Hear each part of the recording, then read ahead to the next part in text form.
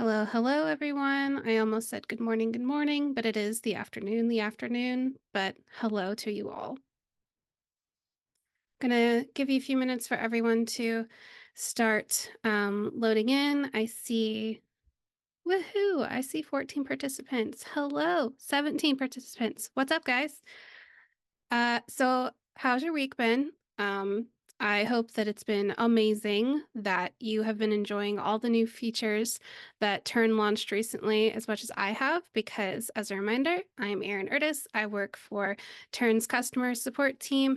Anytime you've hit one of those little chat bubbles in the bottom right hand of the screen, you've either gotten myself, Ellen, or Katie, and we are your support people. We are here to answer your questions and make sure that you understand Tern, how to use it, and how to help it streamline your travel business. Because the point is, we want you to spend less time on manual things, manual tasks. We want you to spend more time on your clients, in your life. That's totally our goal here. So 22 participants. Hello. All right. I'm going to introduce our co-host in a moment. And bring him up here in a minute. We're going to change the, let's see, the view. I want to make sure we've got gallery view. There we go. So you might notice that there's more than just me here. We've got Andrew Hallfrisch, who, Andrew, I say your name incorrectly every single time, but we are so, Hallfrisch, yes, we got it right, you guys. But we are so excited to have him here. I'm going to explain what he's doing here in a minute, because we only have 60 to 90 minutes here, and I feel like with Andrew's demo, because spoiler alert, he's going to be walking through his workflows, all sorts of amazing things, and we will probably be using that whole 90 minutes. But before we get into that, I want to tell you, just in case you haven't heard, all of the product updates that came out this week. So you might get that weekly product update email from Molly. She always does a really amazing video walkthrough to kind of show you what's happening. But I just wanted to remind everyone that Tern AI Assist is here. She's alive. She's in your account right now. And they've made improvements. So there's some behind the scenes improvements based on your feedback, including enhanced data handling to avoid accidentally making trips excessively long, and better error messaging. So if something is too large to import, we'll give you better messaging so that you know what's happening. We also introduced the ability to use a link in Activity Quick Start, which I'm very excited because, again, if you guys are new here, if you don't know, I am also a travel agent. So anything that can save me time, I'm super stoked about. And then I'm a type 2, so I love helping people. So if it can also help our users, I'm excited about that. Also, the bell of the ball, directly download itinerary PDFs. Remember before we had to go on the client side and download PDFs that way? You don't have to do that anymore. You can directly download PDFs from your agent side, and it's at those three little dots that's usually to the right of the status of the trip. So proposing or approved, there's always three little dots you click on to edit your itinerary. Now you'll notice there's a download PDF option. It's there, and we can't wait to see if you like it. If you see anything that you want added, please let us know, because Tern is always evolving and we want it to work for you. So those are the product updates. I'm going to introduce Andrew now. Andrew Hallfrisch, again, I said your last name correctly. And I thought, even though I am an agent and I can tell you from the perspective of an agent as well, I also work for Tern. So I thought, what better way to help you really dig into the meat of Tern and how to apply your workflows and processes, how to understand some of the nitty gritty things like insurance and payment options and when to use installments. And oh, hi, what do I do when I have a roommate? Like what is the roommate? We called it the roommate conundrum. How to handle multiple people paying on a trip. Andrew's going to address all of this. I'm going to kick it over to Andrew and introduce yourself. Tell us a little bit about how you came to Tern, and I can't wait to see what you do. So as a quick reminder, everybody, the Q&A function is how we are going to be able to answer your questions live. You are more than welcome to chat if you like. Let me make sure that the chat is enabled so that everyone can chat. Let's see. I see attendees. Cool. Yeah. So the Q&A is how we can answer your questions live or return to them later. So we do record these. Yes, and just in case you were on a FAM, like one of our amazing users who just submitted a question, these will all live in your Turn and Learn settings under live trainings. There's a whole course called live trainings. And Andrew, you might notice Andrew because he was one of our original Learn from the Pros hosts, and Turn has changed just a little bit since then. So Andrew, unmute yourself, introduce yourself, and tell us all about how you use Turn and what we can maybe glean from your process here. Sounds good. And when you say turn has changed, oh my gosh, from when I recorded that videos, I swear the whole platform has changed in just the features and amazing things that have happened. But my name's Andrew, like she said, and I'm really excited to be here today. Kind of my story. So I'm a travel agency owner, and I am in the Minneapolis-St. Paul area. So if you can't tell from the accent, I say boat, all those kind of things that have a weird accent. So that's why I'm from Minnesota. But for me in my business, primarily I do it from a lens of like premium and luxury FITs. I do a lot of Europe, Asia, safaris, things like that. And kind of what led me here is kind of a funny story. So any of my friends that, if you were to ask any of my friends, I've always been a techie person. I have a smart home. I just love all things technology. And I think throughout the years, I've probably tried every travel and non-travel CRM that exists. And for me, it's just trying to find out what exists and what works for me. And I'll tell you, when I first started with Tern, I had a lot of questions because it was so different from anything that had happened.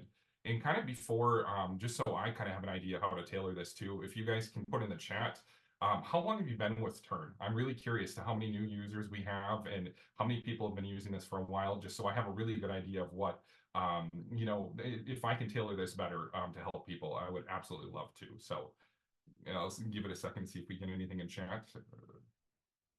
Awesome. We just enabled the chat, so now people can chat. Bonus Pretty one day. key Oh my there. gosh. um, got a lot of when I see some of the I like 30 plus years as a travel advisor, it's crazy. You've probably seen all of the renditions of every CRM ever out there. And how crazy things really have changed since the beginning. Same here. That's 1 week, a lot of new people. It's really cool.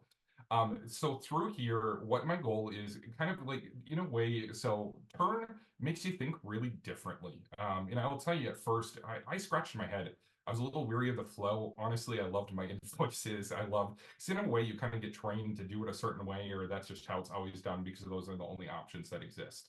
And, I'm gonna be lying if I didn't say Tern made me rethink my whole process. And actually, when I first came on board, I really have been, I'm part of the founding flock, so I've been with Tern since the beginning. And it made me sit one afternoon, I just sat down and I was like, I really need to go through my processes and try to make this work. And I can honestly say I'm now 100% all in with Tern. I don't run any of my business outside of marketing outside of Tern right now. And then part of that is I'm happy to say that after I kind of figured out invoicing, I am kind of happy and amazed that I never have to like do an invoice again. I didn't realize how much I hated it until I didn't have to do them anymore. And part of what I'm hoping to do is just kind of walk through a little bit of kind of my flow, how I set up board. And some of it will be, maybe a little bit more advanced. Some of it will be beginning. I'm not a fan of one size fits all. I do think one size fits most, but every one of us has a little bit different of a business. And hopefully walking through this, I can kind of go through a couple things and just really kind of go through how my mind works and how I make sense out of Turn and how I make it work best for my clients. And so if I'm gonna go ahead and share my screen here and let's hope that is a success. So hold on 1 second. All right, do we have a screen? I see your screen, but I always want to hear from the chat. Do we see Andrew's screen? Yes, thank you, Mona. Okay. Mona, I love Mona. She's always letting me know whenever things are seen. Mona pops in on the Techie Tuesdays. I feel like Mona and Lisa are there a lot just to make sure I'm doing the right thing. So thank you guys. Well, I would have been that one that would have just started and then like 5 minutes from now realized that no one could see my screen. So Oh, I'm it's glad. absolutely happened. Been on a webinar for not Turn, but other people who halfway through they realized they were sharing the wrong screen. So we love you guys. Thank you.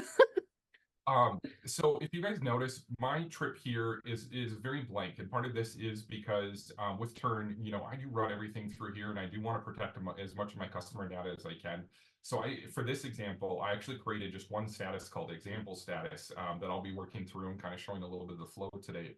But remember when I was saying, hey, I sat down and Tern really made me rethink my process.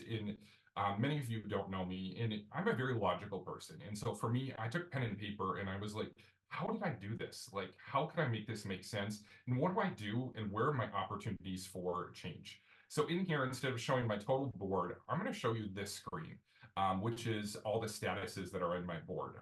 For this, you guys can ignore example status because that wouldn't have existed outside of this. But working through, at first, you might be like, oh my gosh, this is a lot of statuses. But I'm going to walk through kind of how I designed this and how I sat down in a couple things that you should know in advance too. Is that number one, I am a fee charging agent. So I wanted to make sure that I know, about 50, 60% are, 50 or so, percent are not.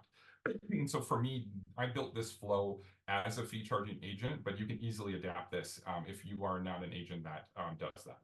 And so with this, kind of how I built it out was exactly how I wanted to my business. And so in my flow, clients go to my website and submit a lead. And for me, it's really easy. I just have a simple page on my website that explains how a consultation works, how my process works, and I give them two links. One is to a normal trip intake form, and I actually created a second one for group intake forms because sometimes you just really want to ask a different question. Or different questions and be better prepared. So I have two forms that reside on my website that then come into here. So whenever someone submits that, it goes right to new request. And then from there, we skip a couple here so that we go to consultation scheduled. And so for me, yes, you are able to do all of this. And so with this, you can actually just hit add status right here. And then you can make it as many or as little. And if you want to edit, you click edit right up here, and you can make it make sense. You can have as few or as many. I found that as I grew and scaled my business, I needed to have more statuses because there are just so many things that go on in the business, and I don't want to miss anything.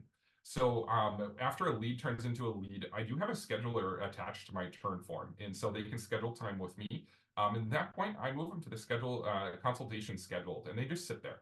They wait, and then have a consultation with them. And I'll kind of walk more in detail of the first couple statuses and kind of how I work email templates and how I get client data and how I get them into Tern and using. But here, after I have a consultation, I move them then to a status called planning fee set. And that's just to signify to me that, hey, this planning fee is sent and it's waiting them. And another cool thing to think about is that clients, when they log into their Tern account and they go to their dashboard, they can actually see the status here. So this also is a status that helps remind them, oh, hey, wait, especially if they have multiple trips here with me, it reminds them where the status are, or where the status is, I should say. Then once they pay the fee, I move them to proposal in progress, which then I have some automations, I'll high level explain later. And I start the proposal. Then I move it to them. So this means anything waiting to here, I've sent to them and I'm just waiting on them. Confirm to deposit, it's pretty easy, you've paid in full. And then I do final documents. So for me, I personally still send out, full branded travel packets to my clients. So I move them here, and it kind of starts a couple automations for me saying, hey, I need to send these out. I need to get these out ready to travel and traveling returned. And then once I've gotten a post feedback from them, so I always leave them in returned until I hear back from them. I harass them until I'm like, hey, how was your trip? Hey, I'm curious, like, how was your trip? And then once I'm either realize I'm never going to hear from them or they return, then I put them in completed. And the reason why this is important is on the board, you can hide or show different columns. And for me, I want to be able to see the trips that are applicable to me, but I don't want to see any extras. So I created completed just simply to hide all the ones that I've literally done, I've heard of. There are no loose ends. I don't need to do any supplier follow-up.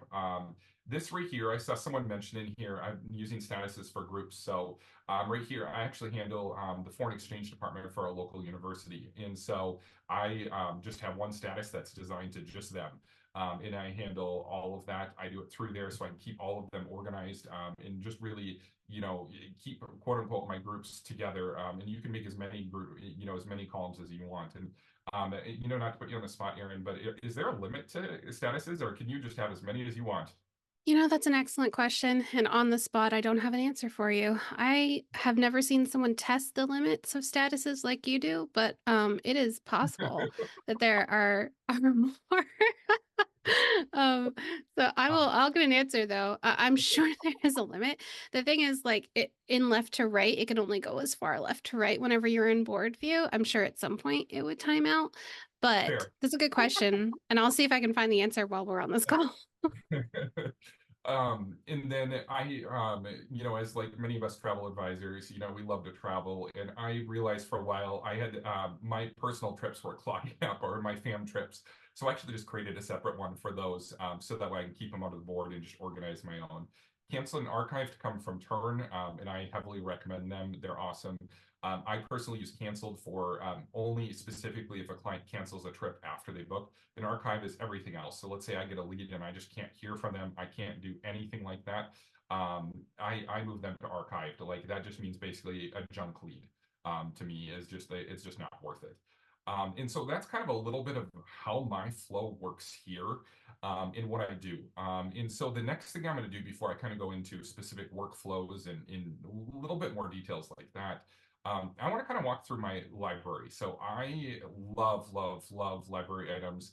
And for starters, I'm going to go through just emails because I think there's going to be a lot here. So if you can see here, I have what is that? 100 emails that I have built out, that I've kind of built out myself, and have everything that I could really want. Well, if you notice, I kind of organize them in a different way. So I put what they are first. I have a little separator and then different things. So like, for instance, if a client wants an idea on what to do in Mexico, bam, I have an email sent for that. I do a lot of Europe. And so you'll see like some of these I have like Bon Voyage, or, buy emails. I have some cruise emails. So like, here's a Virgin Voyages deposit and, some things that they need to know. Then here are things like Asia. And so for instance, a destination specific Europe. And then I do a 120-day kickoff series for my clients whenever they go to Asia, whenever they go to Europe. And I'm actually working on one for Alaska right now. And I cover things like culture, electricity, and all of those kind of things. That's part of the service and experience that my clients get with me, is that I build out a workflow that Tern can do. And it sends every 10 days from 120 days until they leave. I send an email that just tells them a new tidbit, whether it's how to get prepared for money, how to, be secure and safe when they travel, and all the things that I've been asked throughout the years, as a travel advisor. So that's kind of how I organize. I have one that I put, lead is another one. So you're going to notice I have just a ton of leads. And I don't know that everyone needs to have these, but I'm a fan that if I do it once, I don't want to have to write it again. So if there's ever a time that I have to create an email, I just write it once as a template because I know I might use it. And so here, like for instance, this is for someone I met in person. So that way the wording's a little bit different. I don't have to think about editing it every time I send to a client. I even have follow-up emails. So let's say I haven't heard from a client after a consultation. I have an email for that, because why would I want to like have to create this every single time when it comes to like efficiency? I'm part of Travel Leaders as my consortia, so I actually have a lead flow from there. But I would say my most common ones here are form in consult completed, and then in needs consult.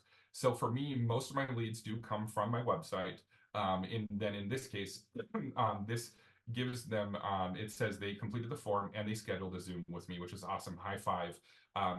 Sometimes they'll complete the form but not complete the consult. And I know some people I've seen on the Facebook group notice that there are incomplete, like people aren't going and basically going to hit submit after the consultation, after they do that. And for me, I made personally what worked in my flow is I made the consultation in the Zoom, in that form flow optional. And then I can always follow up on the back end. So I'd rather have a completed form than a half completed form. And so I remove the barriers there. But the first thing I do is if they don't schedule a time, I have a form that tells them to schedule a time. In creating as many of these as you can, to really just help with, your flow. And anytime you do something, going through what that looks like. And There, Andrew, I have a quick question for you because we of do get course. a lot of questions about schedules and incomplete forms as a result of schedules. Have you found that putting the schedule on an individual page and maybe putting some informational text behind after it that says you got one more page to go, don't worry if you don't want to schedule an appointment, like have you found any sort of communication that helps reduce those incomplete form responses? Twofold. So that's a great question. So I can walk through one of my intake forms. This one right here, I'll use. So I'll pop this one up. Um, so what I personally do when building a form is you can add photos, first of all. So here's my company. So you can make them look pretty. I think a lot of people forget you can add photos to forms even, which is cool. There's a typical trip flow where I ask some questions. I ask some questions about their budget and that. And at the end, I have a whole call out here. So I'm a huge info block fan. And right here, as you can tell, it says, hey, here's what my process is. And then I even, and I suppose I can probably go back and even use a highlight now and highlight this and just say, hey, be sure to hit submit. And then I do leave this optional for now. I will say the amount of incomplete forms I have has been very little. I don't see them a ton, but in my workflow, I have a whole, thing here. I call out that they need to do this. And then let's say worst case they do do an incomplete. I also have an email for that. And so I actually already created an email where I'll go in because we get the emails from Tern the next day. And then I just follow up on any incomplete forms. And so I actually have a template that I'll even go get them and say, hey, I don't make them fill out their form. I'm just like, hey, schedule time with me at that point. And so the amount of steps, in my opinion, that we can do to help make sure that the clients don't have to jump through hoops to get to us is a win. But we also want to qualify them too. So for me, that's been working, and I will say I don't get a ton of incompletes anymore with that flow. um, Awesome. I also want to highlight, you guys look at Andrew's naming conventions, and that's the nerdy way that we say, how do you title something? He has broken it up into like the type of thing, and then there's a dash, and then the title. And everyone has different naming conventions, but I love Andrew's naming conventions. They are so clean. I love them. Is there any reason why things in numerical order don't work for you? Or how did you like, why does this work the best for you? That's a really funny question. I really don't have an answer to. This is I That's just I fine. I just was just curious. I just stumbled on this one day, and this is just how my mind worked. And I had a similar system, in past systems that I used, and it was like one of those things of it made it help made sense. And to me, they work through different flows. Like I have destination emails, I have leads, could also be replaced with sales. I've done that in the past, where it's like the whole process of me trying to close down a sale and getting a client here with me and then destination, and sometimes that changed, and if you really spent time going through, you'd see some inconsistencies that make you laugh. But through here, it's just something that worked for me, and that way I know when I'm searching for an email, I can just type in lead and then go and search for what it is. So when I send a template out to a client, I know the keyword already in my mind, so then I can just bring it up and see as I want. Um, and so that's a little bit about how that works. And kind of as we talk through, I want to go through two stages of my workflow. So just the beginning and the consultation portion of how my flow works with my agency is, so when a client, so I have this, trip board right here. So I actually went through and created a trip here. And as you notice, they are just aptly named client one. So in here, one of the first things I do is just I'm a photo person, and honestly, one of my favorite things about Tern is that you can attach photos to everything. I was a Trello person because Trello, you can have the photos everywhere and keep your board clean. I love this. And so let's say this just came off of my, fresh off my website. The first thing I do is I'll go to activity, and then I'll take a look at the trip request form. So I'll click in here. That's how I always view. I live in here where it is. And so through here, I'll review. And I'm a big person of notes. So anytime I do have a virtual assistant, that's amazing.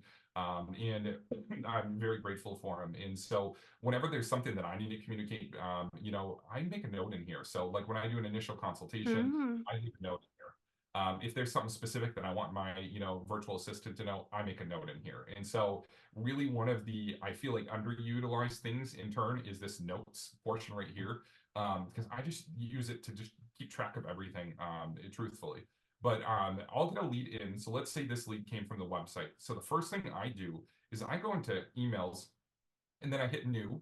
And at this point, I don't want to go to itinerary and publish because I don't have a trip form. I don't want them to have the link to the trip. I don't want them to have any of that. And so what I'll do is I'll just simply go here. I'll go to here. And then in this case, I'll put in lead. So like the naming convention that we had, I'll do lead. And then this was one that did a website and then they completed everything that they need. So I'll simply do this. I'll attach, the client one, and then I'll send this. It walks through. So as you guys see here, so like from my flow, I have a introduction handbook that I send. So it kind of goes over my fees, what I do, how I work, and things like that. So, and then in this case, oh, I picked the wrong one. So this is you can see, you can use this link to schedule time on my calendar. That would be something I'd send to them. So I'm going to just do this really quick and do website. And then I'm going to send them everything's completed. So as you see, it just walks through here and it has everything all set in here. And I actually, so through here, I would hit send and then it sends with my email signature and everything. So that's the first step for what my clients see. And I just let it sit there.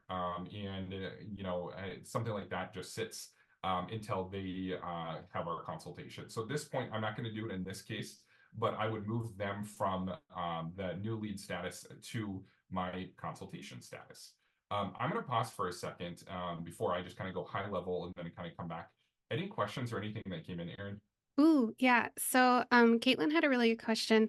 How are you currently keeping track of your new client lead referral sources like Google, client referral, Facebook? Since we know that Turn does not necessarily have like lead tracking capability yet, but how do you like to do that, and how does it work within your Turn system? Great. I make it a required question on my form that they fill out. So part of my business, even if they call me, I have them fill out a form.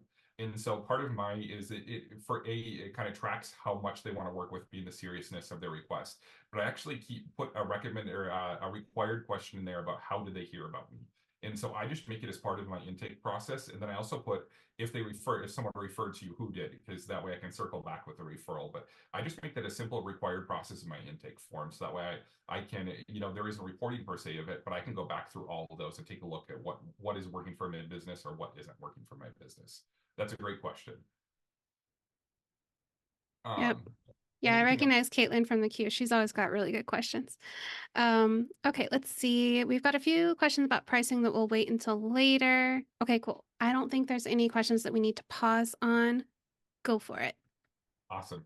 So the next part is what do I do to get clients' data in? So let's say I have a consultation with them. It goes really well, or let's say even if it goes really bad, because we know those happen every once in a while. What'll happen is that post the consultation, I send them a form.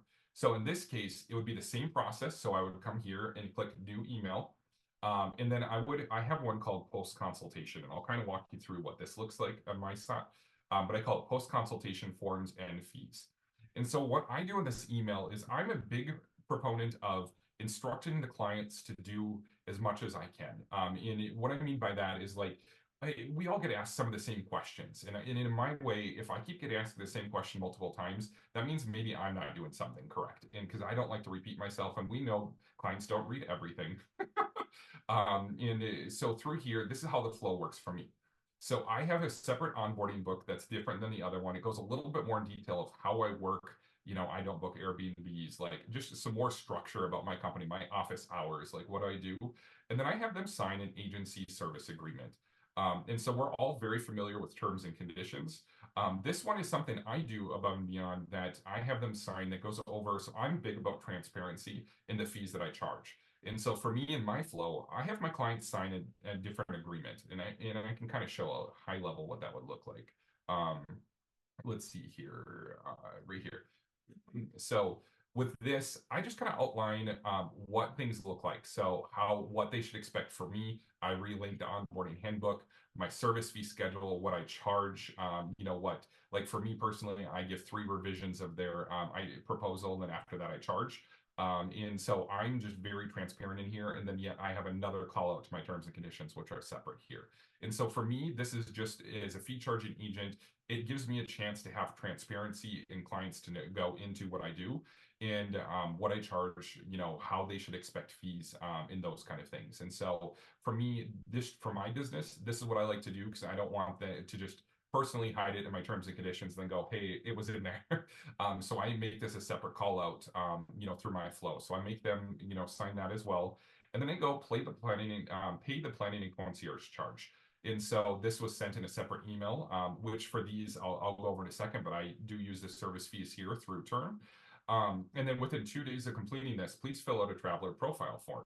And what I do is I link a contact form from Tern here, and I have them fill one out for each individual traveling. And so I have all of this part of my flow in one email that goes to my clients. And then I tell them if there was any homework from our consultation for them to respond back to me. There's a quick call out of passport information, a quick call out about planning and availability, and then, hey, I can't wait to work with you. And so from my flow, this is how, I have this work with my clients. It's very clear, it's very concise. It does have everything in detail. And so I don't move forward until A, I've received their planning fees, and B, they've done an agency service agreement. And so for service fees, if you're not using them, you do have to set them up in your settings. But all I do is click new agency service fee. I call mine a planning and concierge charge. You put in the amount. Let's say this one's a complicated trip, so we'll call it $500. And then in the description, I put the trip it is, so that way, like it's just I can go back and search and know what trip it is on Stripe. And so then I would send this to them, and then that's it. It sends a separate email. It's really quick. It's really clean. And then I think I've seen questions on notifications about Stripe. If you want to be notified of Stripe payments, that is a setting that you do have to configure on the Stripe side, not on the Tern side. Yes, it is. And Sure it takes is. and it takes a hot moment to figure out where it is and a lot of Googling, but eventually with enough Googling, you'll be able to find where that setting is to turn turn that on. And another quick note on Stripe, if you've already set up your planning fee, like Andrew just walked us through, and you're in Stripe and you're like, wait a minute, a client paid a planning fee, where is it? A lot of other services use Stripe, so it is entirely possible that you are in Stripe, you're logged in. However, the icon on the upper left-hand side of your screen is not a Tern logo. It's maybe some other service that also uses Stripe. Or maybe you started a Stripe account long ago and you were just direct invoicing. So you'll want to make sure that you hit that logo, click on the Tern logo, and that you're in your Tern Stripe account, and then all of your payment fees should be there. So check your Well, settings and check the logo for sure. that's a great call out because I do have 3 Stripe accounts. So it always at first it's like, wait, where's my money? Oh wait, wrong account. So that's a really good call out there.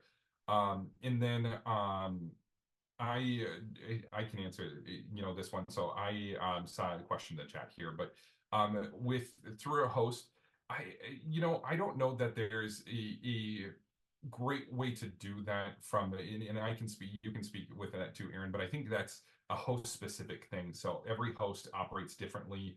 It has different requirements, what they do and don't do. I would say, just making sure that people are compliant with their host, because, generally speaking, a third party can't interface with a third party when it comes to payment. Is that Yeah, and I mean, different okay? hosts hosts have Yeah, different policies. I've met one agent, their host agency requires them to use one of their forms because their commissions are also taken out of their planning fees. That's totally what the host agency wants to do. But other host agencies are kind of like, well, it's Thunderdome and you can do whatever you like here. So there's a wide range of host agency policies in there. So definitely check with what they prefer with planning fees, and if you're allowed to choose whatever works best for you. So always check with your host. We love our hosts, and then go from there. absolutely. Um, so kind of like wrapping up from a kind of a flow perspective, what I guess I would say is kind of going back to all of these. I'm gonna go back to my settings and kind of go through the trip place one more time. So in here, one of these, here you go. So what I challenge all of you to do, if you haven't already, is take a look at your business and all of the steps a trip goes through in your business. And they may be exactly the same as here. It may be a little bit different in your business. But I would challenge you all to, take a moment and rethink your process and your efficiencies, and in a way, kind of keep Tern in mind with how that could work and how some things get streamlined. For me, this is what worked. And once you have your whole row of like every status and process that your trip goes through, also think about everything you do. So I would challenge everyone here to like create a list of like, hey, when something goes in new request, what do you need to do? Like, what happens to that? So, like, if you have a trip that hit new request, what do you typically do? So, like, for me, I have new request and then I have consultation scheduled as the next one. These two are just like for future planning trips or clients that won't respond to me. But like for new request to consultation scheduled is how my flow works. And so if for here, I thought about it for my business, I would send a welcome email like you guys saw that I just did. And then number two, I currently I also do a marketing opt-in, for instance. And so I have my assistant. I have a task, created in there. I have two tasks that I created an automation for. One is to send out a welcome email, and then the other one is to enter it in my marketing platform. And that's something I have my assistant help me out with. And so there, each one of these processes, there might be something else that, a specific task or a specific email. A good example is like in the approval process with me. So when a client approves their trip, so like in my flow, I have them approve their trip first before I turn on any credit card authorizations. And I think I'll explain this a little bit more later. But with my flow, I don't turn on credit card authorizations right away. I want them to see the pricing. I want them to see the trip. And as we all know, sometimes a 1 hour difference could be a really big difference in pricing and availability. And there are just so many variables that go into play. And so when they approve the trip, I then have an automation go where it sends them an email that says, "Hey, in the next 1 to 2 business days, I'm going to refresh this trip. I'm going to reprice it, and then I'm also going to work on an insurance quote for you." And so I have an automation that gets sent to the person that sends the approval that lets them know what to happen. And think when you go through these kind of things, do you have like, for instance, I also have another automation when someone does a credit card authorization. Um, I have them, as soon as they submit it, I have a personalized email that comes from me in addition to the one from Tern that just says, "Hey, just be aware that, we'll process this within 2 business days at most. And then do know, it can take up to, so we probably all get asked, well, I submitted my card a week ago. Why isn't it here on my charge? Well, everyone's a little bit different.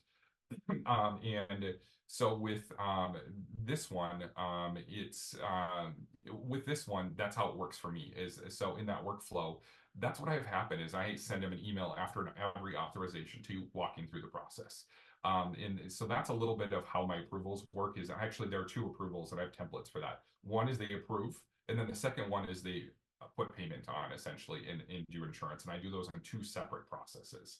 Um, with that, I think I'm going to pause for a second and see if there's um, any questions or anything I can help answer. Yeah. So, let's see. Really great questions. A few people are interested in seeing what your group's workaround is. We might get to that later. One person asked about the dimensions of the cover photo. That's a good question. It's about like what? 3 by 400 pixel, like that 3:4 ratio. It's a rectangle. Your cover photo is a rectangle. Now, if you're talking about the snazzy email template cover photos, those are probably like, mm, 300 by 1200 pixels or so.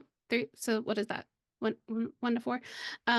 But yours are a little, yours aren't as narrow. But yeah. So Jennifer, if you can tell me which cover photo you were referring to, I can grab dimensions. Although, let me know if it would be helpful to have dimensions listed in the account settings so that you know, like generally what shape of a picture should be uploaded. We want to know if that's helpful. One person had a really good question about planning agreements and terms and conditions. So with your planning form, are your clients agreeing to your planning agreement or to your terms and conditions by checking the box below?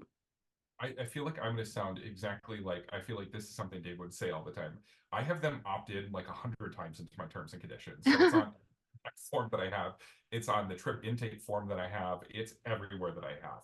I only do this one at, let's see if I still have it up here. This one that you're talking about, the agency service agreement, is just where I go through my planning fees and what and basically it's a kind of layman's terms is a good way to put it, what my clients expect. So like for me, I don't necessarily know that I want my fees publicly available to be viewed on my website. So like on my Mm, website, I linked my terms and conditions in Tern. So I just upload it once and I don't have to do it. So that lives in Tern.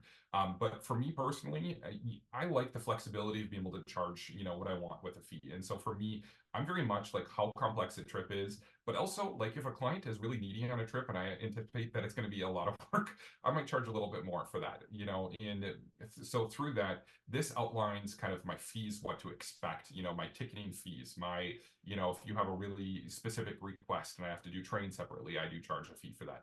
So this like outlines, and this is just a document. I don't know that everyone needs this. This is just what works in my flow because I do a lot of complex trips. I do a lot of trips with a lot of moving pieces, a lot of different parts. And sometimes I have very specific requests that I have to go to a supplier or personally use a supplier that doesn't have commission. And so like I'm very transparent in what I do. I discuss this also during my consultation with my clients as well. But like this outlines my goal is if I ever charge a fee that I never want there to be a surprise. And so this is the kind of that thing where I even talking here about being transparent, and I want you to know like there are going to be no surprises with me. I want to be straightforward that if you see a fee, here's what it is for. So I know that's a little passionate, but hopefully that answers that a little bit. So terms and conditions, I put everywhere. I insert the little thing in every form that I do. I have it on my, even on the bottom of this one, which links up to my normal terms and conditions. Like most people are like 300 pages long that I had an attorney draft up. But that's kind of, I just do this as an extra step to be transparent in the fees that I charge. Hopefully that answers the question. yeah. So they're always opting into your terms and conditions. Then as far as the client agree, do you have a separate form for a client agreement that you also like them to acknowledge? Because some agents do have it separate. So that's where so this is a combination of fees and Mm, kind of a high level summary of my terms and conditions. your And service so in a agreement. way, Yeah. this is probably kind of what this is just I think in my whole travel career, I've only had one client ever read my terms and conditions, and I was shocked when they asked me questions. I'm like, whoa, you read that. Um, this is just to kind of summarize it up and not make it 100 pages and just be really transparent. And it also allows me, from a legal perspective, to know that there is at least one more opt-in and that they're not just clicking a box. Now there's a whole nother thing and they're clicking a box. And then for like an e-signature, I just put your signature and date signed and acknowledged. And they just type in their name and put the date signed and acknowledged. And then I consider that a form. Got it. Yeah. And just in case anyone asks, it is a feature request. We do want to be able to add or explore the functionality of adding e-signatures to forms. So if eventually you want a signature instead of typing in a full name here, in this case of the form, hopefully someday that will be available. But Um, and if I do see one question, I think from if you don't mind me answer it with Denise. So Denise, as of right now, there isn't like a team platform yet. They're actively working on that, and I can't wait to see what that looks like. I'm super excited. But how my workflow works, to answer your question for my assistant, is I actually just created a contact. Actually, screw that. I'm not going to show that just because there's a lot of data there. But I created a contact, and you can put them as a type of team member. And I just created one called Agency Assistant. And so, like a good example I can show under a library in like one of my tasks is let me look at something that I would give to my let me do opt because I do that one.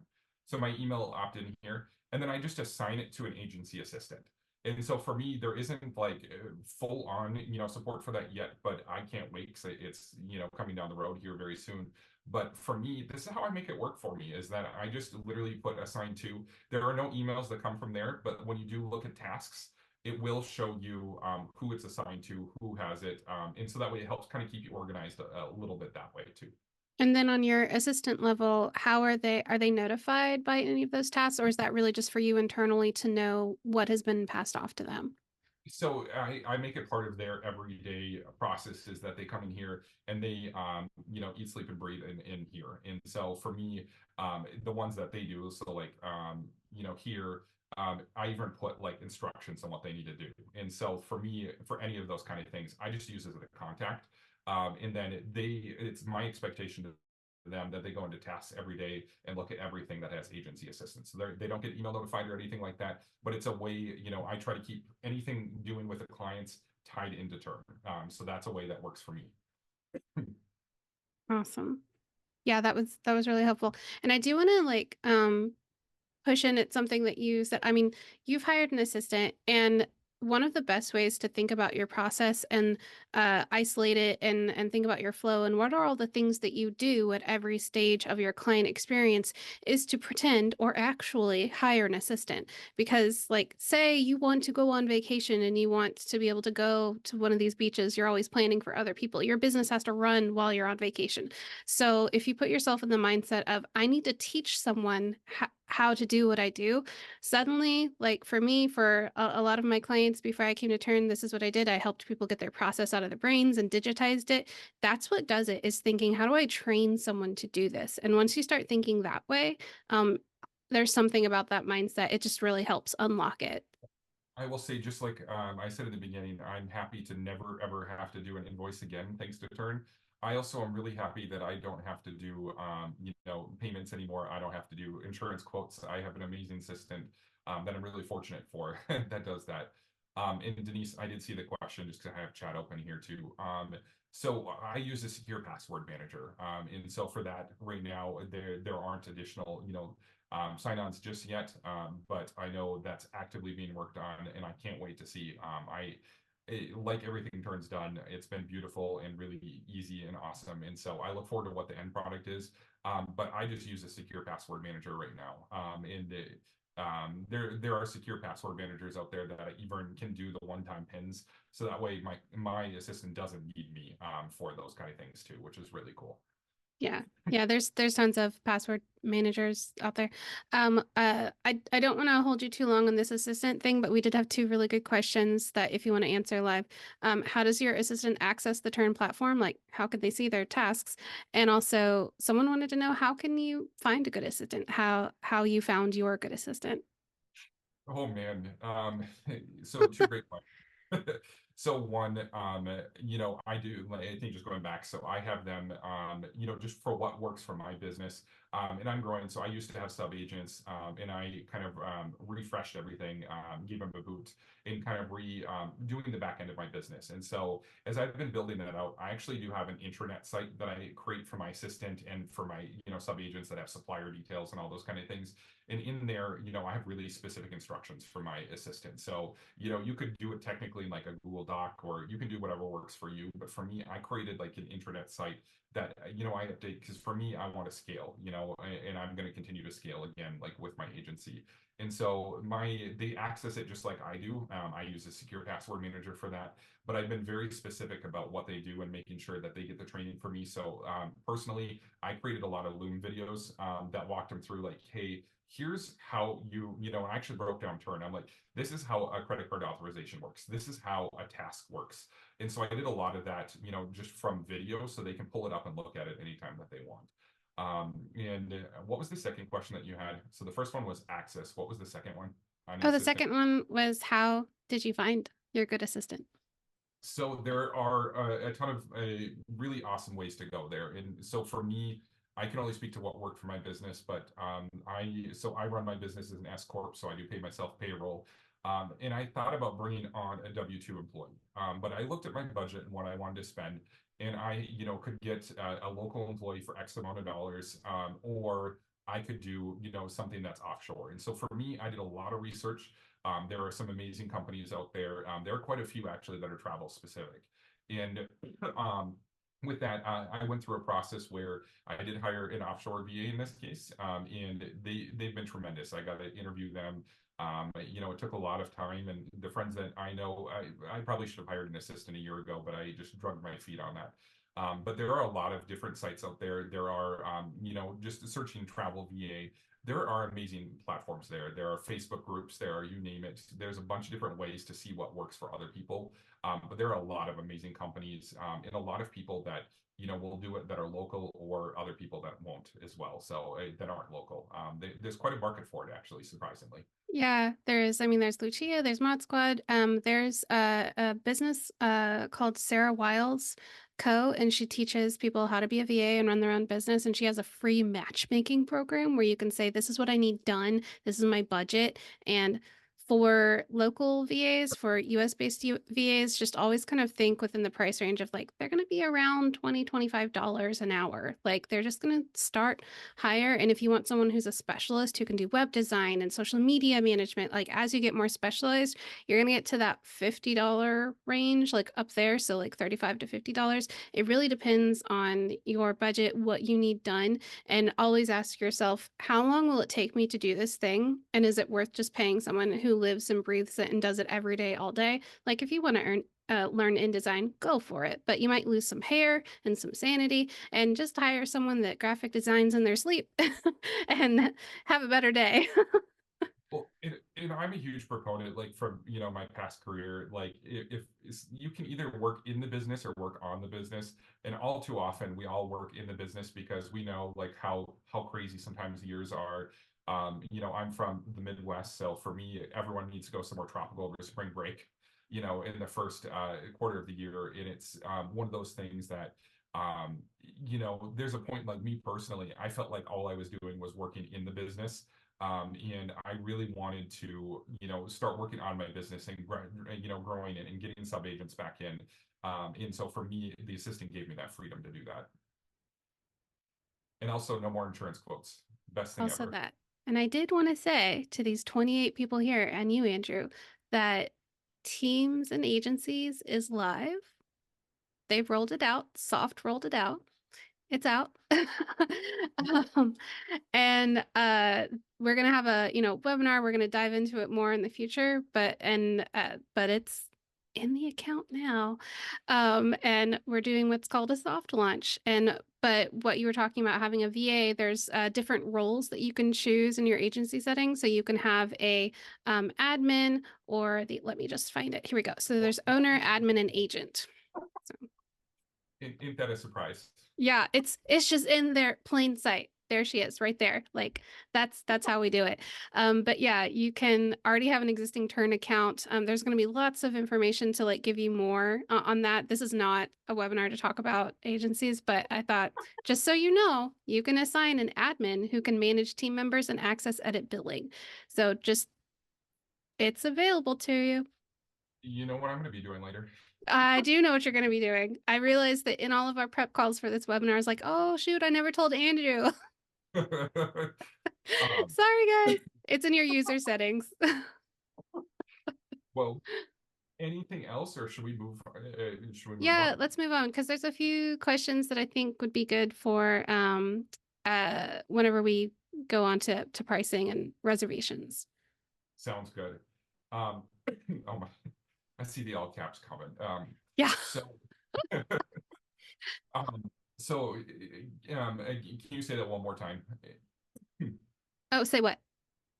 What we're moving on. So moving on. Oh, yeah. So we've talked about your flow. We've talked about the importance of trip statuses and really isolating, like, what do I do in every step of my client process? And how do you customize what Tern's given you by adding trip statuses, thinking about how it works for your flow and how you do business. You dove into some really amazing things. I have a hairy question that comes up. Insurance. How do you like to cover insurance? Where does it work into your flow? What works best for you? Because you can enable it, you can disable it, but it can cause a lot of frustration. And I want to know how you use this feature, when it makes sense to use it, when it doesn't. Fair. Well, I'm a fan of, I'm a proponent of, it's my job for every trip to offer insurance. So for me, if you were to ask me, I use the insurance with every single trip. Um, to go through something easy, so I kind of want to walk through kind of a normal trip. So These three trips right here are actually real life trips that I just recently like worked through. And I just duplicated them and stripped out the information in there just so that way you can actually see like these were three live experiences. And so I think the easiest one would be this one. So for me, I do a lot of Italy, a lot of Italy. It may or may not be, there'll be a quiz at the end, but that's my favorite country in the whole entire world. Like I dream of Italian food. I love Italy. Um, and in here, you can see, like in this case, there would be two clients in this one. You have, the whole itinerary is based out here. So like for me, another story, another time, I love pictures. I create pictures for everything I do in my itinerary. And just as kind of like a sneak peek of what that could look like, is like I create these as square graphics in Canva. And so I do a lot of Sky Team. So being here in Minneapolis, I do a ton of Delta KLM Air France, not so much Virgin. Private car service. So you can build this out. We talk about flow and like what happens. I have one for every train service. I have one for you name it. And so I'm a huge proponent. Another story, another day, because we're not going over itineraries here, but But that's a notice his consistency in image branding. Like you probably went to Canva and had one size and said, here's the cover photo for flights, here's the cover photo for private car service. And it's a consistent image experience. And you've yeah. also, correct me if I'm wrong, but you've created a template item like for pretty much every single one of these things. So you never have to do something twice. I've I have heard a you say that. I have a generic, like, if I use Project Expedition for something, I have a generic Project Expedition template, so I don't have to redo things. But going back here, so this is the trip. So right here, you can see the clients are going from, let's see here. So they're flying into Florence. They're going to spend a little time in Rome, and then they're going to go to Sorrento, and then and then come back. So when I did do this trip, I put it in, so under pricing here, most of it is under a vacation package. And then the flights, I had my clients, in this case, she's the CEO of a business and she just wanted to book the flights herself. It works for me, no hassle. So I just have two individual items here. I always make a note whenever a client purchases that just that way it shows out like, hey, the clients do this. And then for this right here, here's the package. So the package is everything that it includes. You can see here, like looking through here, the full amount due is, right here, I've broken down to a deposit and a final payment. I have that all set up. So what would happen is that I would send this trip to my client. So like, let's say this would be, would go back to proposing status. So I would send this to my client, and they would see the itinerary. I send a loom. So actually, to do this a little bit better, I turn off credit card payments. And so something to do that easily in the flow. Let me close all these like 18 browser windows I don't need. So And I like want to when you repeat that for the kids in the back because like sometimes it's really easy to just like be soothed by your voice.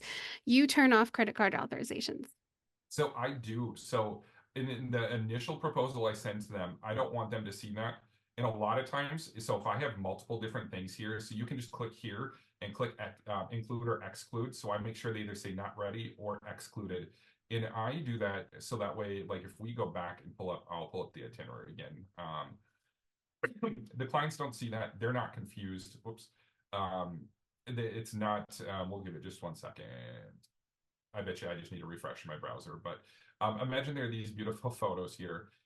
In here, you notice there is no credit card spot here. And so that is important to me because I don't want to confuse them. So when I send them the initial proposal, let me refresh and try it one more time. That's a really interesting idea because we do get some confusion from users who I mean, things are ready for authorization, but they still have to approve their proposal. So you turn off those things until they've approved.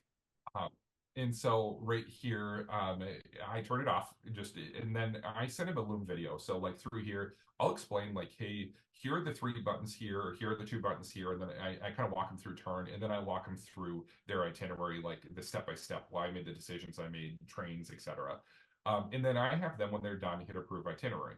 So like in this case, we're going to hit approve itinerary. We'll just approve it from this way. Bam, good to go.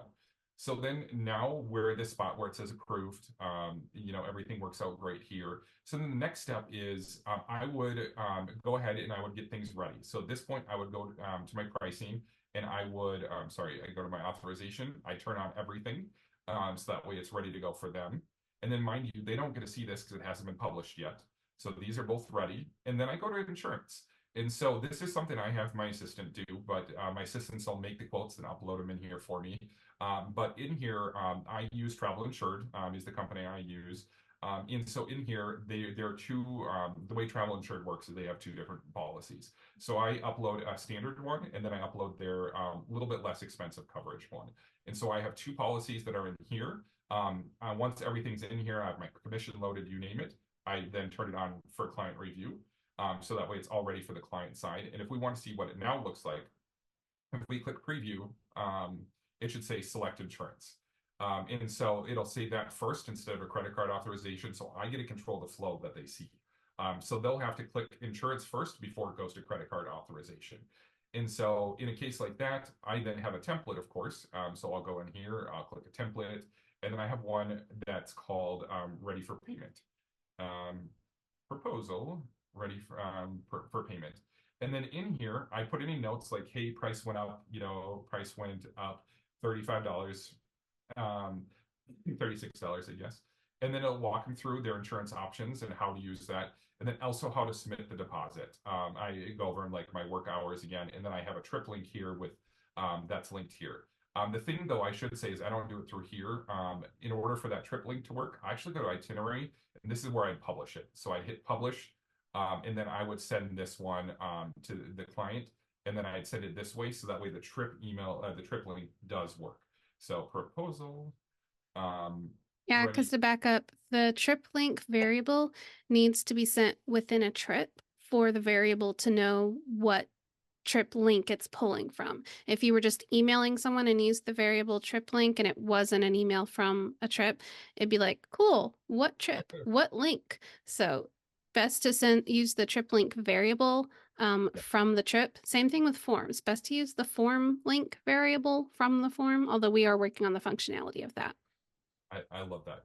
And so hit preview, you can see it all here. And so then I have it at two steps. So at this point, when they go through, it's more, we can kind of control the flow in the process versus them all of a sudden approving and like, oh my gosh, do I need to do this? And then maybe the price changed. So then you're stuck with an authorization of a price that's wrong. And it's just a couple extra steps.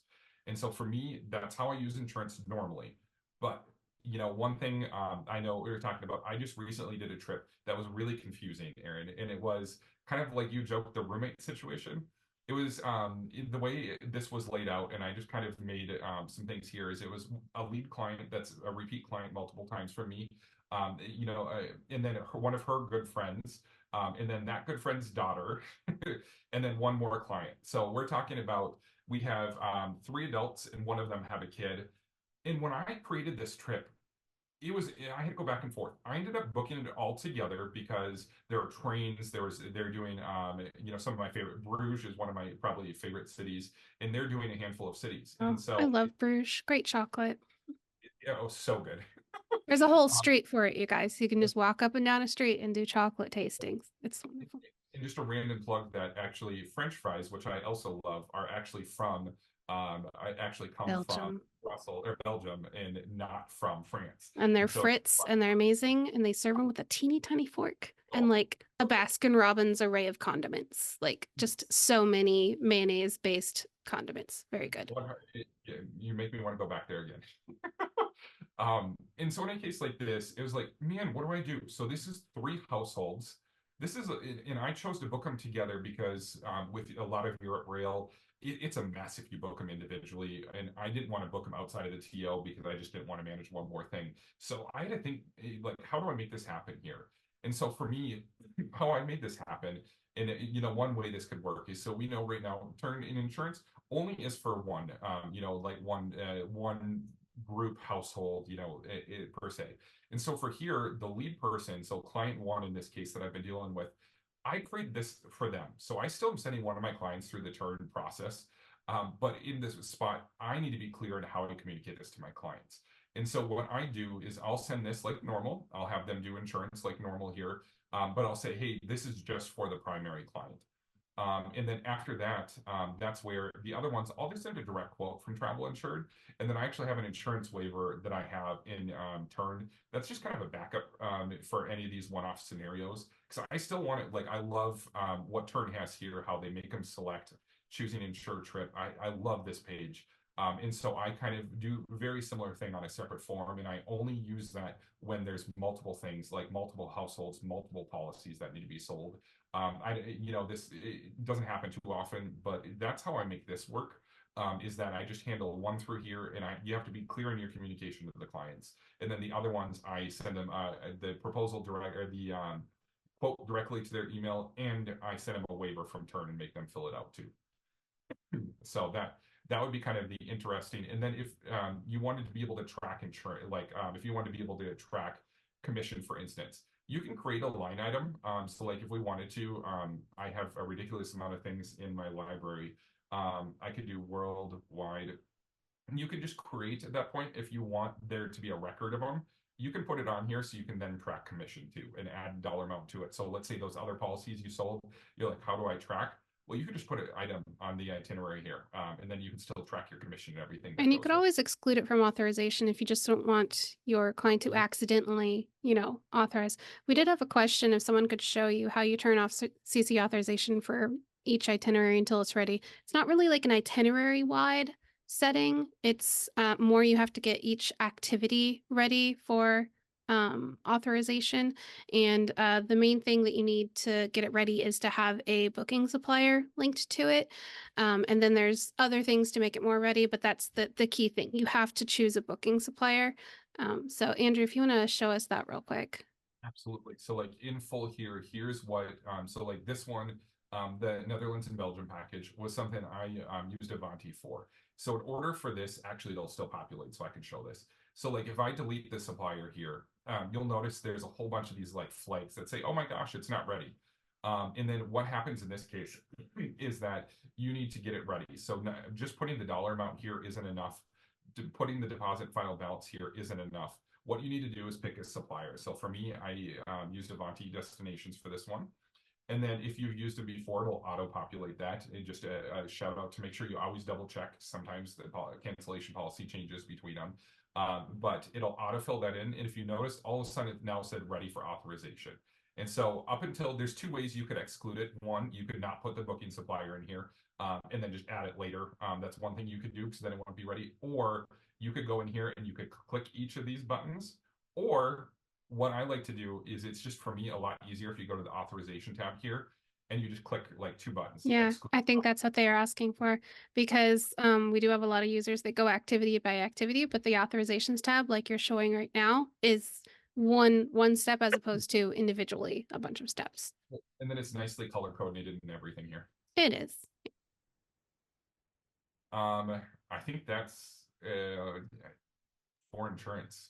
Insurance, awesome.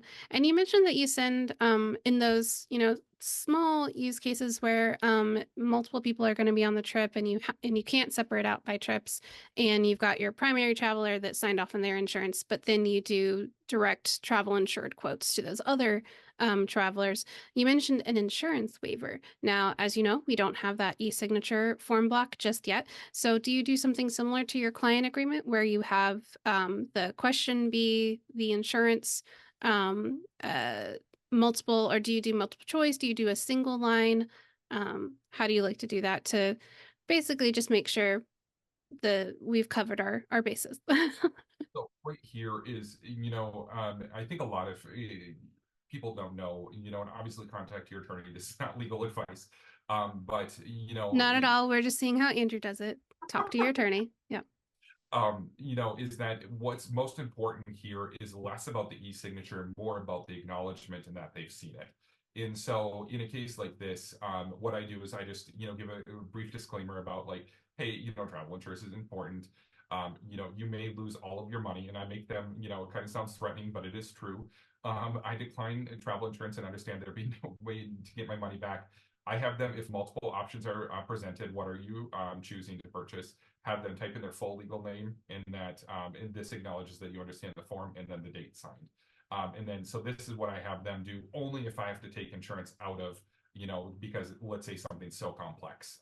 This is how I handle insurance waivers on the outside. That way I'm still legally protected too. Got it. Now, for a host agency, for example, or an agency owner who requires that there's an insurance waiver, kind of like at the beginning of your process before you're trip is fully priced out, but they just need a waiver sign that says, I accept insurance, I want to see options, or I decline insurance altogether, don't show me options. Is this a good option there, or do you think it's still best to like work it into your flow whenever they've approved their proposal? So two ways, that's one way to do it. Or another way that, kind of thinking about using this trip as an example is you could use option blocks. So this is something I did way back when in Tern. So like if we put options, Oh yeah, I you remember you did this before there was an insurance feature. yeah. So let's say we move the worldwide trip protector in there, or we just put, you could have a generic item even that says like, tell me more insurance quotes. And way back when I actually did put a decline insurance in here. And so here's a decline travel insurance. And so then you could make them as part of the, you could do it that way. You could, create a waiver. There are a couple different creative ways you could really do that in turn. I don't know. I think I would refer to the host agency, what their specific Hmm. requirements are. But for me, I think a waiver probably, if you put that in your flow before they approve, that might be a really clean way to do it. And then you can have the right verbiage that you want and, feel like you have a whole different like legal thing there. This is just another workaround you could do too. Yep, absolutely. And also the best way to, kind of get used to it is just try it. You might be used to the waiver at the beginning or presenting options within an option block, but try using the insurance feature sometime and see if it optimizes your workflow because that's what it's intended to do. It's intended to keep you secure and track that authorization in a way that's a little more internal to that trip. Yeah. But yeah, just try it. Try a test trip on yourself. See how it goes. It is really awesome. And I will say, it fits probably 90% of the trips that I do wonderfully, and it's just, I've had a lot of client feedback of, clients that have used my old systems that shall not be mentioned. And like into this one, and just like, I have gotten very positive feedback about like, they're just like in general, less button clicks, less processes, less forms, it just like flows kind of almost like an Amazon checkout cart, for lack of a better phrase. Awesome. So we've talked about your workflows. We've talked about insurance. Let's see. Let's see. Uh, do you want to take time to talk about groups workaround, or would we like to start talking about payments and some of those odd use cases and roommates that, again, we keep calling it the roommate conundrum whenever, multiple people are paying on one trip and it doesn't make sense to separate it out. But I would like to back up and say, like, what are some ways to organize groups now until the groups functionality is available in turn? Because it is coming. We are totally going to have groups. I can't wait because I love groups. But it doesn't have to be a group like 10 plus, like a supplier. A group is like more than one trip, like in terms of your planning process. It's more than one trip, more than I, one invoice. So how do you handle that kind of sticky wicket, as my British friends call it? it requires a little bit of creative thinking. And so one thing I hear a lot about, or and I see a lot about on that form is using a landing page. And I think there are other systems out there that have some sort of concept of landing page. And so I mentioned I do a trip for a local university, so I handle their whole foreign exchange department. That's not randomly what I went into business for, but I got that. Now it's expanding out to different foreign, different universities. So it's kind of funny that this wasn't a niche of mine, and now all of a sudden, like I handle a bunch of foreign exchange departments. And so with this, there's a lot of complexity. Sometimes, so when you think foreign exchange, to break this one down, sometimes they're just trips where they go for 2 weeks, large group airfare, and sometimes it's a bunch of students going to study abroad and just a whole bunch of different airfare schedules. So for me, let's take an example of, air only bookings. Um, so what I do for a landing page is actually using a form. I create a form in Tern that and kind of design it like a landing page. And so in that form, I have like, tell me, so like in this case, I have one that's a little bit more generic and I say, hey, tell me about what university trip you're going on. What are the, but you could do that in a way of like, hey, you could put out the pricing and if you really wanted to, you could put the pricing out of a group. Like you could kind of turn it into a little bit of a groups page. And you could even do it in a contact. So that way it auto populates a contact as well. So let's say someone wanted to, book into a bachelor party or, something like that. You could do that technically that way, and so through this airfare use scenario, what I do is I have the students fill out a form. It populates oh my gosh, I can't think, a contact form, and then I go and I add them. So at that point, I have a separate trip that I only share with the admins. So this could be, for me, it's the school admins that I work with in the foreign exchange department. For you, it could be the leader of a bachelor or bachelorette party. It could be anything like that. And I create one trip that's a shell. And I call it admin. And so for that one, that's where I add everyone to. That's what I add everything to. Um, and that way they can see kind of everything. And so, in a way, it's not like everyone has their own thing, but it helps keep you organized on that one trip. It keeps everyone there, and then you can keep the admin up to date, and the admin knows what's going on, or the lead person in that booking. You could also do it where you create a column, and call it, Aaron's birthday adventure party bash. I don't know.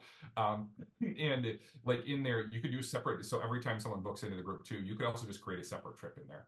And so you have one status that has all of it. And maybe you have one admin one, maybe you don't, but you do a separate one for each one, but you can use the form as kind of a group's landing page, for lack of a better phrase. And then it requires a little bit of manual work on the back end. So you'll have to go review that form, say, okay, what do they need? And that's where you could put pricing. So if you're doing room blocks, you could put room blocks in there and make them choose like for multiple choice. There's quite a lot you can do there. And you can even add like images into that. So you could get creative with how you do that. And it's not, a perfect use case scenario. And it doesn't allow you to necessarily communicate to everyone at once. But if you do automations, you could attach automations to each one of those trips. They all get the same communication too. So there's a bunch of different ways you could work that out. And it's, again, not perfect and a little bit manual, but groups can be done. Yeah, we might bring you back for another session and just talk about groups the entire time. Just groups. If anyone would like that, put it in the chat if you would like Andrew to come back for groups and only groups. Yes, please. Yes. Oh, look, that sounds positive. Yep, I think you have to come back now. Yep. Yes to groups. Okay, cool. Yeah, resounding yes. I have a question on not necessarily groups, but let's just take this very simply. Let's say two people are going on a cruise together and they're two individual adults, they're roommates. What is a clean way to either have them on the same trip, ideally, but when you have roommates that are each paying half of the trip? So, great question. So let's go back to this Netherlands trip that had 4 people. So in this case, client 1 was my, a repeat client that I love dearly. Client 2 was someone, actually another repeat client too, and then her daughter. And then client 3 was just another friend. So at this point, we have 3 friends and 1 kid. And so you're like, okay, how do they manage, payment? And for me, so this one, I chose to book everyone together. Like I was saying, it just made sense with rail and everything that was involved in this. And so what I would do in a case like this is I'd go look at, how I booked everything. So like in here, there's a couple different things. So number one, there's my package that I created right here. And so that's one. And I happen to know this supplier is Avanti. I can use multiple payments for that. So in my mind, I'm noting like, okay, I can do multiple payments for that one. For flights, flights only allow one form of payment. So in my mind, I'm like, okay, that has to be one form of payment. And I'm then, going to double click on what you just said. He's thinking back to how the suppliers need their payment structured, yes, as kind of an overview first. even if you want to do multiple payments, sometimes suppliers don't allow that. And so knowing if your supplier does, allow that or not allow that, like a good example, Beds Online does, Room Res does not, and so like different things like that where different suppliers have different things. And so in here, let's just ignore this travel insurance one that I added in there. And then this one, the supplier Avanti actually was sold out of hotels in Maastricht.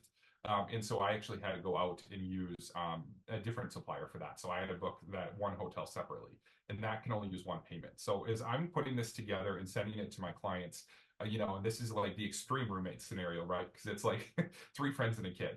But they're in different rooms. So there's 2 different rooms that they're staying in. And there's a lot of chaos and commotion going on here.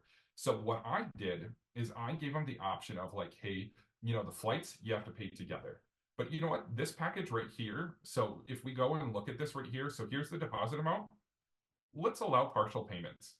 And I'll mark these as unpaid.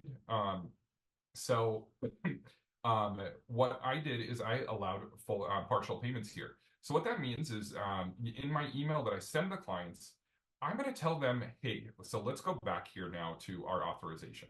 So I'm going to tell them that, hey, I need one card for the flights.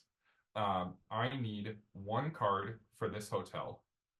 And then you can split the large portion of this however you want, but I just need it to add up to the deposit. So if you want to use 3 different cards, you can.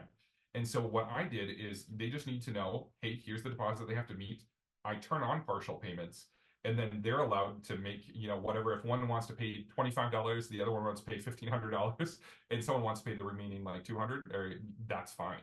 But part of this is where the clarity is that allowing that's one way you could do it. Another way you could do it, I'm not going to click it. I can kind of show an example in a different case here with installments. So there's another way you could do this. But I find, because not every supplier allows multiple payments, this is how I work this one. However, let's say it's you don't need to book them. So let's say it's an all-inclusive resort or a cruise. And you can do it on 2 separate transactions. I would urge you to do it on 2 separate transactions, do 2 separate trips. It's just cleaner, it's easy. That way you can, make sure everyone's in their own lane, everyone only sees their documents that they need. But in the odd case that you book something that multiple people, it makes sense for everyone to be on a booking, this is how you could handle it. I saw you come off mute there, Aaron. Oh, I was thinking about whether I should highlight what you just said, that but like a separate trip for whenever you have a separate paying family. Like think of your trips as invoices, like just think of it that way for a second, because they're not just invoices, but yeah, having a separate trip whenever there's a different family pay, a different person managing that invoice. Well, Otherwise, they're going to see everything that everybody sees. in like this, they're all really close friends. They were all okay seeing pricing. I was communicating to all of them together. This made sense in this way. And if you guys don't know, you can click here and click duplicate trip. And it is like the best invention in the world, because it will actually ask you, do you want the same travelers? Do you want the same prices? Ooh, Do you want can the you same show us staff? that one more time? Yes. So you can click right here, and you can click duplicate trip. And it literally, you can choose what you duplicate or don't duplicate. And it's so easy to so once you build the trip out, they approve it, then you could literally just break it up into 2 right then and there, and you're good to go. And so like something And like you can that, choose the status too. sure can. So when I send this out, that's how multiple payments work. I was talking about installments, and like one thing, like going back to the trips tab here. If I were to go to the Safari, so this was one that I recently worked with. I love the supplier. Wow, I can't speak. Safari supplier. In how they do this is a little bit different, and so for them, they required I forget, it's like I think 10% up front or 5% up front, something like that. And then at 9 months, they needed 15%. And then at 4 months, they needed 30%. And then the rest of it was due at a different spot. So the supplier had a really odd payment schedule. Well, that's something you can use installments for. And then I just broke up where the due dates are, and then it just did the math, and I included it here. So that way, like when they're set up as installments, there'll be a reminder. You can create an automation and then have a reminder that goes out with each one of these payments to everyone too, which is really cool. And so that's something you can do, like if a supplier asks. And then if you want, so like for me, the last thing I want to touch base on, and like installments and that, let's go to, I think I just kind of had one here. So let's say, you have a client that maybe wants to make payments on their trip, and they're like, hey, can I make monthly payments?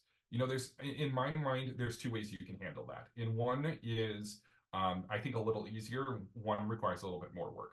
So for me, so let's say this is a $12,000 trip to Paris. And so in here, you can do a couple different things. You could do the deposit and a final balance is one thing you could do. So you could put a deposit and a final balance and then allow partial payments. And I'm a huge fan of this one, because then the clients can make the payments whenever they want and they're not tied. So if they want to, like I have one client literally that's on their 13th payment for their honeymoon, and it's just like every paycheck they just put something else in there. And so allowing that allows them to not be on a strict schedule and just do whatever they want whatever they want. And then that's something I have my assistant process on the back end. or you can do installments. And like what that could look like, and this one requires quite a bit more work. I don't use this a ton, but it is functional and you can use it. So like if we looked at a rate up here is $12,000, we could say, let's say there's $1,000 due today. And Whoops. that would be your deposit. That would be the deposit. Mm-hmm. So the other thing to think about is you have to do some math. And so you have to think Mm, about now and when that final payment is due. So let's say this one happens to be 12 installment payments. So this one, they're not going until next year. So this is going to require a bit of work. And this is why I like partial payments a little bit better. So we have 11 plus the final payment. And so what I would do then is I have 1,000 here, and then I can add another 1,000 here, and then I'll set the due date for a month. So then we'll say 6/23. And you keep doing that all the way down. This would be 7/23, 8/23, 9/23. And then the last payment will auto populate to $1,000, and then that's their final payment. And so this is certainly a way that you could create that. And then they'll see installment 1 of 1, 2 of 1, 3 of 1 when they go to the authorization. Let's see if I don't know. It won't show because I don't have it ready right now. But that's one way that you could do that as well.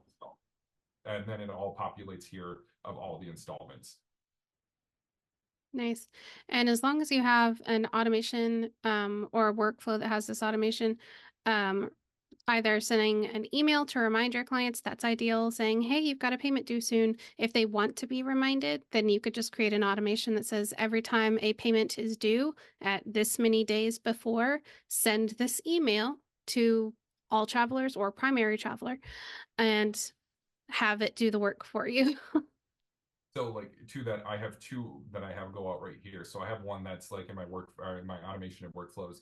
I have one that goes up 7 days before the final payment, and then before a paid ending payment, and then one that goes the day of if they haven't paid in. Oh my gosh, you need to pay this today, otherwise it's going to cancel. And so that's what I have and add to my trips. Awesome.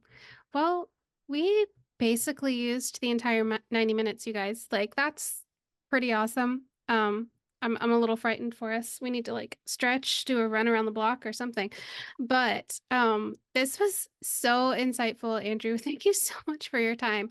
Before we wrap and let's see, there are yeah, we went over the pricing functionality for sure. Okay, cool. Um Someone asked, are the different travelers able to see each other's payment details? We can answer together, yes, if they are all on the trip together. Like they'll be able to see how much someone paid and when, but they're not going to see their credit card information. They're just going to see that it was paid. But Andrew, do you have a better answer for that? 100%. They'll see the same screen that everyone else sees right here, but that and also can we say like one of my favorite things is this new pricing part that Tern has. Like I think it's so beautiful and so Isn't it easy. pretty? It's the Um, color coordination that really does it for me. Oh, it's so uh, pretty. and so they would all see this, but that's where you need to know your clients and maybe have an expectation up front. So one thing I haven't done in my workflow yet, and I don't know that I need to, but I've thought about it, is that when I'm doing the trip intake, to maybe have another form or just talk to my clients about who should I communicate with on the trip and Hmm. who's okay with seeing what. Yeah. Who's the head honcho? Who's the point person? Because anytime you're taking a family or where two or more people are gathered on vacation, chaos ensues. So find your Yes. point of contact for sure.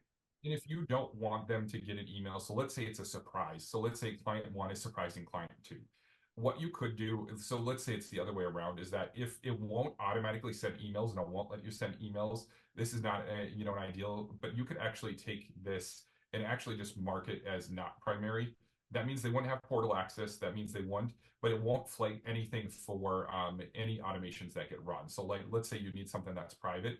That is something you can do that automatically, it allows the email to stay here. So if you need it, you have it, but it won't attach it to the trip. It won't email them. So that's something you can do too if there's a more private thing. So that way you don't have to keep thinking about like, oops, did I send that to, the wife that's going to get a surprise? Oh yeah, especially if your automations are set. If the action is sending an email and you've said send to the primary traveler, it's not going to go to any of the other travelers. That email is just going to go to the primary traveler. Yes. Yep. Awesome. Sue asked, are there plans to add a calendar view to see tasks, birth dates? Would love that. Yeah, we love a calendar view. We are definitely working on that task functionality. We want to make it more of the home base for your tasks, your CRM, and especially as we build out those agency functions, you're going to have more tasks and tasks that are assigned possibly to one's assistant. Not yet, but it's coming. And let's see, we had one question. With your letter you send out, how many fill out the forms and are returned? Do you have a general idea of like how many people end up filling out the form? Um, like, do you have a pretty good form completion rate for your I think I Was think it that my was just before? I think so, yeah. Yeah. Yeah, I would say I'm probably greater than 90%. And Sweet. also, I think about other like CRM platforms I've used, and they don't capture incompletes.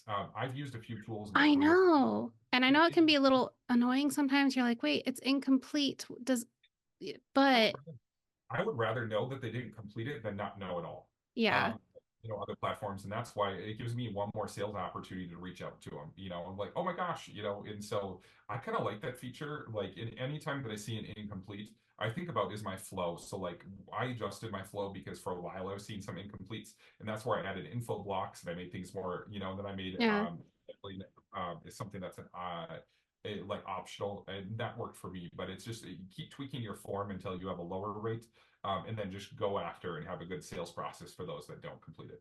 Yeah, and making your scheduler optional. That is what reduced a lot like all of my incompletes honestly after that was making like you said, make things that are optional and don't just because it will when you pull in form fields, some of them are just by default going to be marked required, so you have to go in there and uncheck them if you don't need your client to fill out all their passport details in their first like client profile update form. If that's not required yet, don't require it.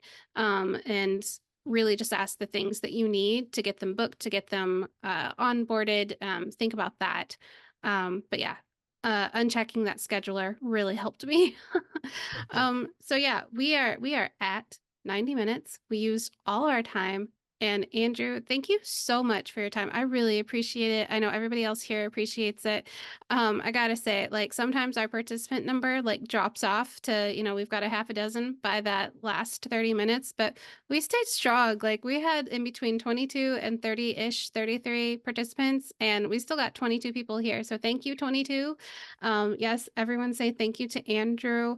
Did this all for free, gave us his insight, and we are so glad that he did. And we're absolutely going to have you back for maybe a deep dive into groups. Might get micro for new agents. I think I speak for all of the participants. We'd love to have you back. So. Well, thanks for having me and listening to me talk for the last 90 minutes. Of course.